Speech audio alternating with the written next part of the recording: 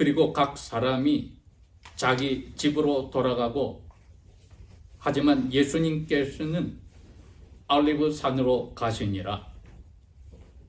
그리고 이른 아침에 주님께서 다시 성전으로 들어오시니 모든 백성이 그분께로 오고 주님께서는 앉으시어 그들을 가르치시니라. 그때 서기관들과 바리새인들이 간통을 하는 중에 붙잡힌 한 여인을 주님께로 데리고 와서 그녀를 성전뜰 가운데 세우고 그들이 주님께 말씀드리기를, 라비여, 이 여인이 간통하는 중에 현장에서 붙잡혔나이다. 이제 모세는 율법에 이러한 여인들을 돌로 치라고 우리에게 명령하셨는데 선생님은 어떻게 말씀하시겠나이까 하니, 이제 그들이 이렇게 말하면 주님을 유혹하여서 주님을 고소할 근거를 얻고자 함이라. 하지만 예수님께서는 몸을 굽히사 손가락으로 땅 위에 쓰시기 시작하시니라. 하지만 그들은 계속하여 그분께 물으니 주님께서 몸을 곧게 하여 일어나 그들에게 말씀하시기를, 너희 중에 죄 없는 자가 먼저 이 여인에게 돌을 던지라 하시고 다시 몸을 굽히시어 땅 위에 쓰기를 계속하시니라. 그들이 이 말씀을 듣고 자기 양심의 가책을 받아 그들이 나이 많은 남자들로부터 시작하여 하나씩 거기를 마지막 남자들까지 떠나가니 예수님께서만 혼자 남으셨고 그 여인은 한가운데 서 있더라. 예수님께서 몸을 곧게 하여 일어나셔서 그 여인 외에 아무도 없는 것을 보시고 그녀에게 말씀하시기를, 여자여, 너를 고소하던 그들이 어디에 있느냐? 너를 정죄했던 사람이 아무도 없느냐 하시니 그녀가 말씀드리기를, 주님, 아무도 없나이다 하니 예수님께서 그녀에게 말씀하시기를, 나도 너를 정죄하지 아니하노니 가라. 그리고 이제부터는 다시는 죄를 짓지 말라 하시니라. 아멘.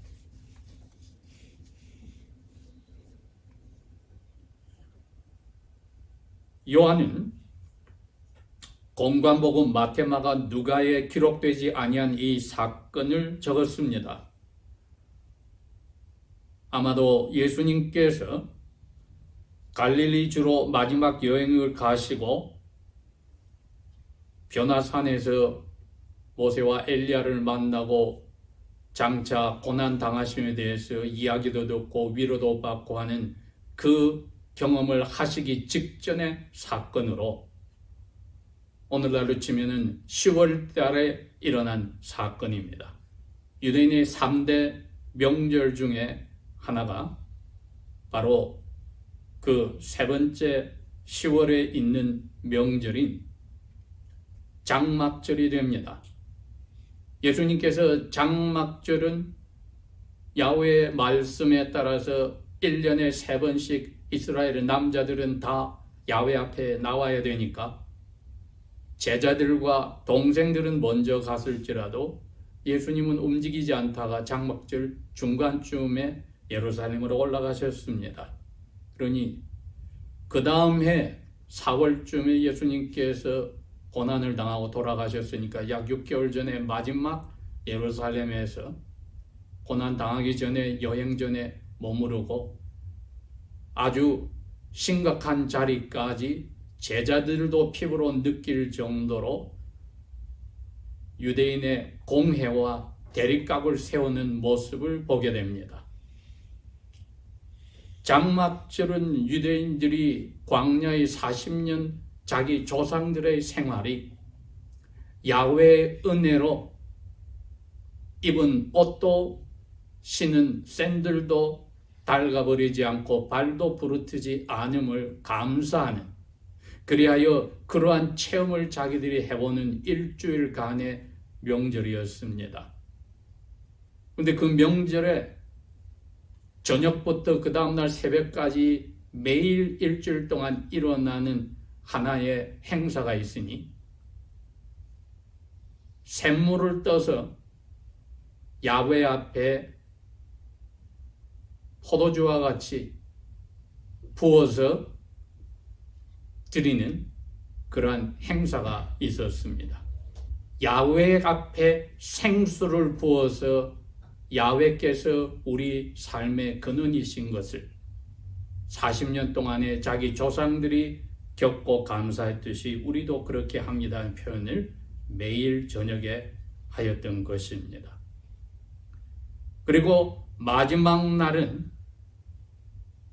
저희를 구원하소서 하고 외치는 행사가 있었습니다.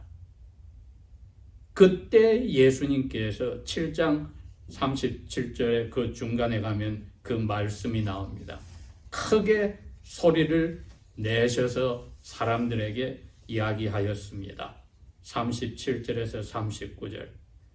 장막절 끝날 가장 큰 행사인 일곱째 날에 예수께서 외쳐 이르시되 누구든지 목이 마르거든 내게로 와서 마시라. 나를 믿는 사람은 성경에 적혀 있는 것 같이 그 사람의 배에서 생수의 강이 흘러나오리라. 이것은 다른 게 아니라 유대인의 어릴 때부터 회당에서 교육을 받고 하나님의 말씀을 외웠던 남자들은 기억하는 규절입니다. 에스겔 47장 1절에서 12절에 있는 말씀의 요약이기도 하고 스가랴 8장 14절에 있는 말씀의 요약이기도 합니다. 즉 야훼께서 내가 너희들의 생명의 물의 근원이다를, 그리고 메시아가 오면 너희들에게도 이러한 생명의 근원의 물을 허락한다 곧 예언하시고, 심지어는 이런 생명의 물을 저버리고 자기 집에 물 웅덩이를 파서 빗물이 내려오는 것을 받아서 먹겠다고 하고 다 사라져버리는 그러한 물 웅덩이를 파는, 비유로 말하면 야훼 대신에 이방 신들을 섬기는 예레미야 때 느부갓네살 왕이 다 잡아가기 직전에 이스라엘 모습을 비판할 때 야훼께서 그렇게 이야기를 하셨습니다. 예레미야를 통해서 너희들이 생명의 물인 나를 버리고 스스로 물 웅덩이를 파서 빗물을 받아서 먹고 살겠다고 하는데 그게 사라지고 썩어지고 고인물이 되는 것, 우상을 섬기기 때문에 너희들이 이제 나에게 채찍을 받을 수밖에 없다고 예레미야를 통해서 말씀하셨던 것입니다. 이렇게 되니까 명절의 마지막 날에 이제 집으로 돌아갈 준비를 하던 많은 사람들이 예수님의 이 말씀을 들었을 때 깜짝 놀랐습니다. 이건 저분이 스스로가 메시아라는 뜻이 아닌가 이거? 그래서 사람들 사이에 의견이 분분했습니다. 아니 메시아는 나사렛에서 오지 않잖아. 베들레헴이잖아. 그래서 여러 사람들의 의견이 분분할 때 드디어 성전에 있던 70명의 공회원들 사이에서도 이 문제가 대두가 되었습니다. 나사렛 예수가 자기가 메시아라고 지금 저렇게 하는데 이거 우리가 잡아서 이 거짓말을 하는 사람을 우리가 처형을 해야 되지 않느냐? 자기가 어떻게 하나님이라고 하느냐? 그랬더니 공회원 사이에서도 아니 증인이 없고 증거가 없는데 저 사람을 거짓된 죄인이라고 정죄하여서 판단할 수가 없지 않느냐. 그리고 공회원 사이에서도 두 팀이 나눠져서 논쟁이 일어나니까 이거 계속 해봤자 자기들에게 도움이 안 된다 해서 그만 정회하자 한 것이 7장 53절이었습니다. 그들이 각자 그냥 회의에 도움도 받지 않고 각자 집으로 갔다. 그런데 예수님은 감람산 올리브산으로 가셨다고 했습니다. 물론 제자들에게 말씀하시기를 인자는 들짐승보다 못하게 밤에 잘 머리 둘 곳도 없다고 말씀을 하셨는데 앞으로 다가올 예루살렘에서의 고난을 생각하셨는지 감람산으로 밤에 가셨다고 했습니다. 대부분의 유대인들은 이제 다 고향으로 돌아갈 때입니다. 왜? 명절이 끝났으니까. 근데 웬걸 그 다음날 새벽 일찍이 예수님이 다시 이른 아침에 성전뜰로 가셔서 앉아서 가르치기 시작할 때 많은 사람들이 고향으로 다 가지 않고 그 전날 엄청난 진리를 예수님께서 큰 소리로 말씀하시니까 예수님께 말을 들으려고 남아 있었던 것입니다. 그래서 많은 사람들이 성전뜰에 다시 모였습니다. 그리고 오늘 본문이 이야기를 합니다. 그때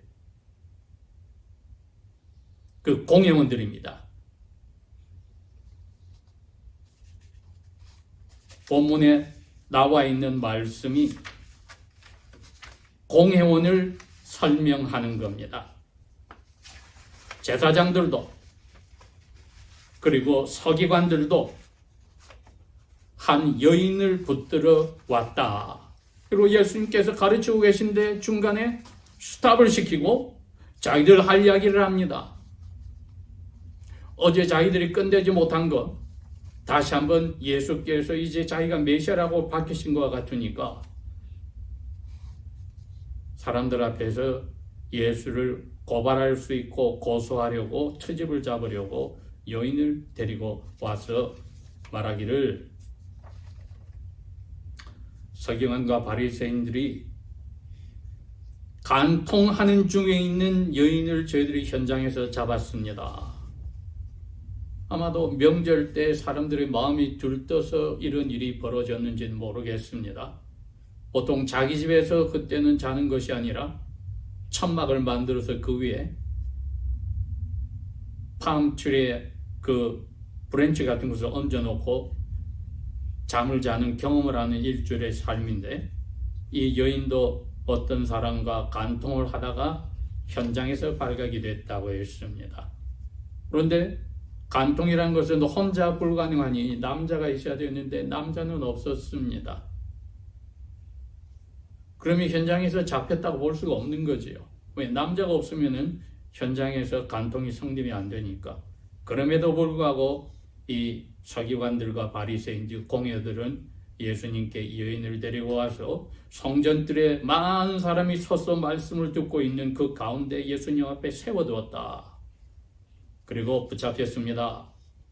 5절에 모세율법에 따르면 이 여인은 간통을 했으니 돌로 쳐서 죽여야 되는데 랍비는 어떻게 생각하십니까? 그런데 여러분 모세율법은 증인이 2-3 있어야만 돌로 쳐 죽이는 결정을 할 수 있습니다. 그런데 우리가 잠깐 생각해야 될 것은 이 이스라엘 나라는 일반 나라와 다르게 종교인들이 법정의 관리이기도 합니다. 예수님은 그냥 레바이로서 아무 권한이 없습니다. 그런데 지금 법정에서 마치 자기들이 검사들처럼 죄인이라는 현장의 현행범을 잡아와서 예수님을 법관으로 만들어서 당신은 모세법에 따라 어떻게 판단을 할 것이요? 이렇게 유혹을 하였다고 요한은 적었습니다. 그러니 예수님께서는 거기에 대답을 하는 순간에 문제가 됩니다. 누구도 예수님을 레위 지파나 재판관으로 임명하지 않았는데 법을 행사하고 판단하야 하는 그러한 죄를 짓게 됩니다. 그러니 그 판단을 했어도 안 됩니다. 그 다음에 도덕적인 면에서 예수님께서 뭐라고 사람들에게 인정을 받았습니까? 갈릴리에서부터 바리새인들에게도 예루살렘에서 죄인들과 세리들의 친구라고 인정을 받았습니다. 그런데 이 여인이 간통하였으니 죄인입니다. 그러니 예수님께서 돌로 쳐라 그러면은 당신은 일관성이 없어. 첫 번째. 어떻게 당신의 친구인데 돌로 치게 하느냐 이렇게 물을 수가 있고, 두 번째는 용서하라 그러면 당신은 모세의 율법을 돌로 치라고 하는데 왜 용서하라느냐. 그래서 예수님은 그 둘 중에 하나를 어떤 면으로 대답하더라도 공경에 빠지게 되는 이 유혹을, 그 올가미를 예수님 앞에 던졌던 것입니다.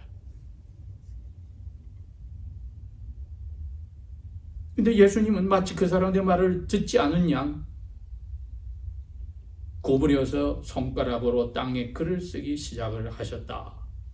그런 이 사람들이 이제 예수님을 올가미에 잡았다고 확신을 가지고 이제 잡아 죽일 생각이니까 계속 추궁을 하였기에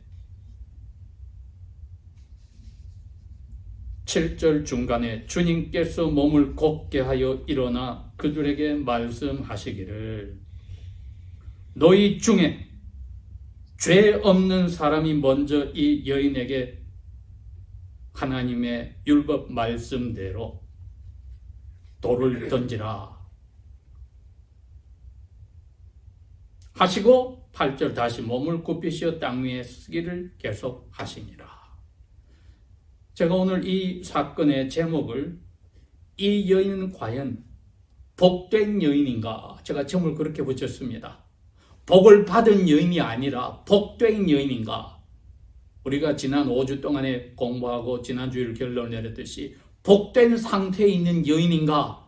그걸 우리가 스스로에게 던져봅니다. 이 여인의 자리에서 볼 때 이 여인은 무슨 기도의 응답을 받아서 복을 받은 게 아니라 이미 예수님 앞에 서 있을 때 복된 자리에 들어간 사람인가를 물어봅니다. 마태복음 7장에도 물론 예수님께서 이러한 공회원들과 같은 바리새인들에게 너 위선자들이라고 야단을 쳤지요. 너 눈에 큰 들보가 끼어서 아무것도 안 보일 텐데 형제 눈에 있는 티끌을 빼겠다고 너가 제안을 하는 게 이게 얼마나 어리석은 거냐. 마태복음 7장 5절에 그 말씀을 하셨습니다. 근데 막상 이 간통에 관해서는 남편이 만약에 자기 아내에게 의심을 가졌다 하면은 그 레위기 5장 15절부터 레위기 5장 전체가 그렇습니다. 그 의심을 하는 남편이 자기 아내를 대신하여서 하나님 앞에 희생 제물을 가지고 와서 제사장 앞에서 고발을 해야 합니다. 그 말은 고발하는 남편은 그 죄에 상관이 없고 자기는 그 간통죄의 의심도 없다는 깨끗하dam을 증명하는 것입니다. 그래서 자기 아내가 의심스러우니 아내의 죄에 대해서 자기는 희생제물을 가져옵니다. 하나님이 그렇게 명령하셨습니다. 그렇게 하라고. 이걸 적용해야 되는 겁니다. 예수님께서 하신 게 그거였습니다. 너희들이 이 여인을 돌로 치겠다고? 그래. 너희 중에 이 여인의 죄가 확실하다고 이 남편과 같이 너희들은 깨끗하다고 생각하는 사람은 먼저 고발한 그 사람부터, 그것도 성경에 있는 말씀입니다. 신명기에 있는 말씀대로 고발한 그 사람부터 먼저 손을 대라, 돌을 던져라고 했으니까 예수님이 그 말을 그대로 해주신 겁니다. 너희들이 이 여인을 고발했으니 먼저 고발하는 사람이 그 죄가 없다는 거 증명이 되어야 되지 않겠어? 너희들이 증인이니까 너희들은 그러한 죄에 들어간 적이 없으니까 당당하게 증인이 먼저 돌을 던지는 게 고발한 사람의 의무고 특권이야. 남편은 남편대로 그렇게 해야 되듯이. 그러니 죄 없는 사람이 먼저 돌을 던지라는 것은 그와 같은 죄에 너희들이 양심에 전혀 부담 없이 깨끗하다는 사람만이 해라 했더니 그 많은 공의원들이 다 70명이 모인 건 아니겠죠. 그러나 9절에 이렇게 되어 있습니다. 그들이 이 말씀을 듣고 그 구약 성경의 그 명령을 생각해 보니 자기가 증인으로서 돌을 던지려니까 자기도 그 죄에 현재든 과거에 경험이 있으니 깨끗하지 못하니까 돌을 던질 자격이 상실이 된 겁니다. 양심의 가책을 받아 그들이 나이 많은 남자들로부터 시작하여 하나씩 거기를 마지막 남자들까지 떠나갔다. 만물이 하나님 앞에서 벌거벗은 것처럼 드러나니 이들도 이스라엘 모든 유대인들 가운데 가장 존경을 받는 최상층에 있는 가장 거룩하다고 인정받는 사람들임에도 불구하고 하나님의 말씀 앞에 처음으로 자기 자신의 죄가 있음을 입으로는 말하지 못하지만 행동으로 나타내는 자리에 갔습니다. 이것이야말로 메시아 나라에는 회개하지 않는 자가 들어갈 수 없음을 잘 드러내어 예수님을 떠나는 사람들이 되었던 것입니다. 이제 다시 이 여인에게로 예수님께서 신경을 쓰십니다.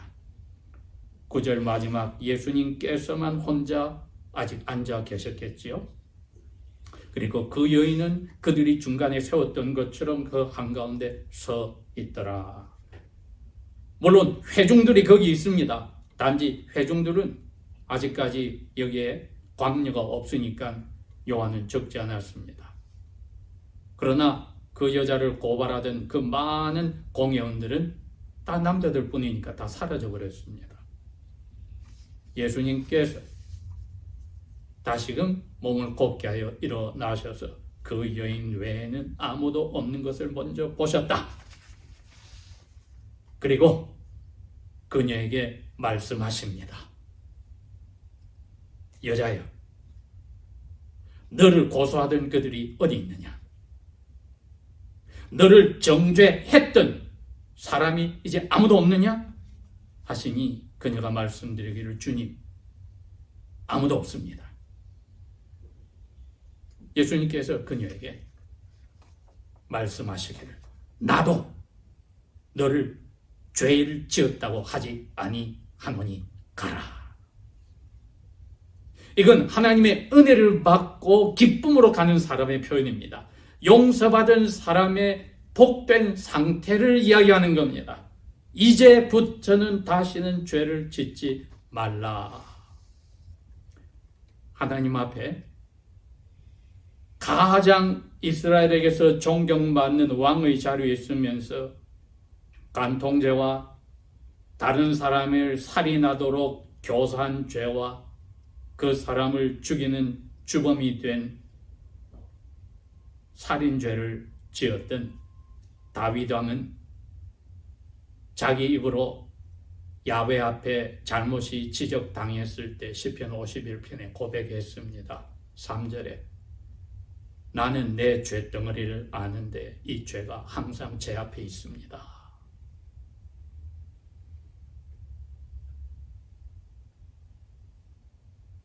메시아께서 다윗 왕의 그 죄까지도 그리고 자기 앞에 서 있는 이 여인의 죄까지도 이미 대신에 그 죄값을 담당하겠다고 이사야는 53장에 야훼의 말씀을 인용해서 예언했었습니다. 11절에 나의 어려운 종이 야훼의 어려운 종이 자기 지식으로 많은 사람을 어렵게 할 텐데 그들의 죄악을 자기가 다 뒤집어 써서 그들을 어렵게 할 것이다. 그러니 야훼 앞에 메시아 앞에 하나님 말씀을 드러내었을 때에 하나님의 말씀이 그들로 하여금 자기의 죄를 보게 함으로써 입을 다물고 도망가게 하였습니다. 그러나 이 여인은 자기의 죄를 알고 도망간 것이 아니라 예수님 앞에 그대로 서 있는 겸손이 있고 용기가 있고 또한 믿음이 있었습니다. 이것이야말로 하나님이 주시는 은혜입니다. 이게 복된 사람의 증거가 아니고 무엇이 복된 사람입니까? 마음에 애통하는 사람, 자기의 죄 때문에 슬퍼하는 사람, 자기는 당연히 돌로 맞아 죽어도 할 말이 없다고 낮아져 있는 겸손한 사람, 하나님 나라에 살고 있는 겁니다. 하나님 나라가 저희 것이라고. 바로 그 자리에 이 여인이 들어갔기에 우리가 아까 교동문에 읽었듯이 시편 30편 1편에 다윗 왕이 뭐라고 그랬습니까? 허물의 용서함을 받은 사람은 복되다. 죄의 가리움을 야훼께 받은 사람은 복되다. 그 자리에 이 여인이 들어갔던 것입니다. 이리함으로써 예수 그리스도께서는 그 여인에게 억지로 죄 때문에 끌려왔지만은 자기 자신이 아무것도 아님을 그대로 드러냈을 때에 무엇을 주었습니까? 7장 우리가 37절에 보았습니다. 영혼에서 하나님이 주시는 생명의 물이 흘러나오는 평강을 맛보았기에 예수님이 그런 겁니다. 나도 너를 죄 없다 할 거야. 그러나 이제는 다시는 그러한 죄를 계속해 짓는 그 자리로 가지 말아라. 그게 사도 요한이 요한일서 3장에도 한 이야기입니다. 9절에 하나님의 자녀로 거듭난 사람은 똑같은 죄를 습관적으로 반복하여 짓지 않느니라. 하나님께로서 난 사람은 복된 사람이 이 여인이 그 자리로 갔기에 예수님이 마침표를 찍어줬습니다. 다시는 그 죄를 짓지 말아라. 이게 다 우리 대신 우리의 모든 실수와 죄들을 담당하신 예수님 덕분이니 고난주간의 시작에 저희들이 예수 그리스도를 통하여 우리의 모든 죄짐을 지신 그리스도를 하나님 앞에 감사하는 것입니다. 기도합시다.